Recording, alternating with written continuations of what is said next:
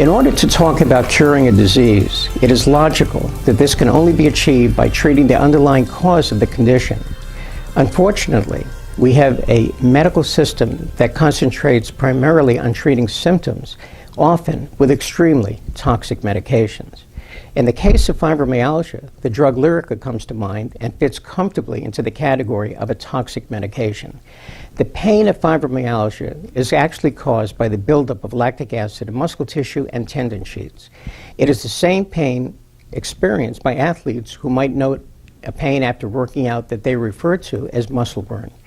It is obvious, even at this point, that in order to eliminate the pain of fibromyalgia, one has to prevent the buildup of lactic acid.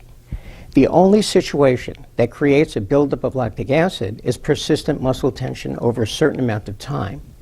Now, there are a number of factors that can lead to muscle tension, but the one we'll be concentrating or focusing on is the internalization of anger. Now, anger, as most people realize, can be an extremely powerful emotion. If people do not allow it to be released, it will be internalized and create a situation where there is persistent muscle tension creating this buildup of lactic acid. And so the question arises, where did this anger come from?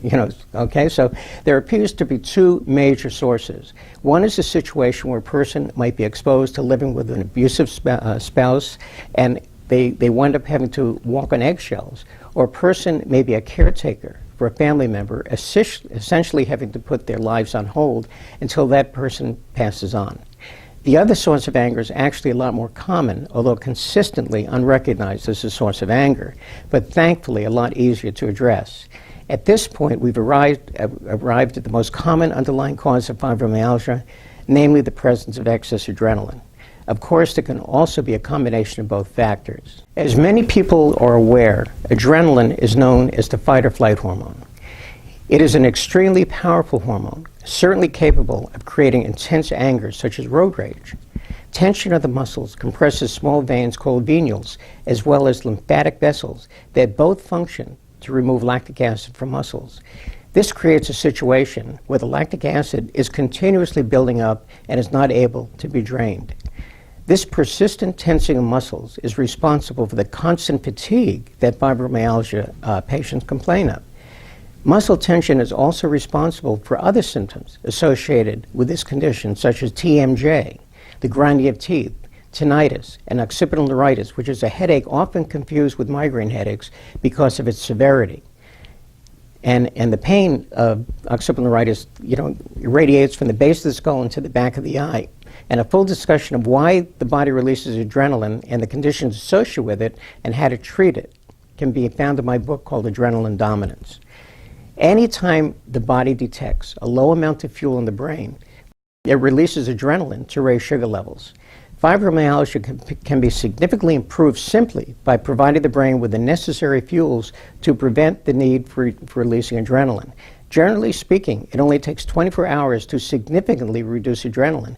This in turn will cause a relaxation of the muscles and improvement of the circulation, allowing for the elimination of excess lactic acid. It can be generalized that fibromyalgia can often be cured in 3 days to 3 weeks. Now, the best sugar for the brain can be found in green vegetables, and other fuels for the brain are ketone bodies, which are derived from coconut oil or MCT oil. By incorporating these foods into your diet, you should notice a reduction in symptoms of excess adrenaline fairly rapidly. The other major component allowing for reduction of adrenaline is the utilization of bioidentical progesterone cream that has a strength of 5% or 50 milligrams per pump. And this is the strength that's required to block both adrenaline and to control insulin.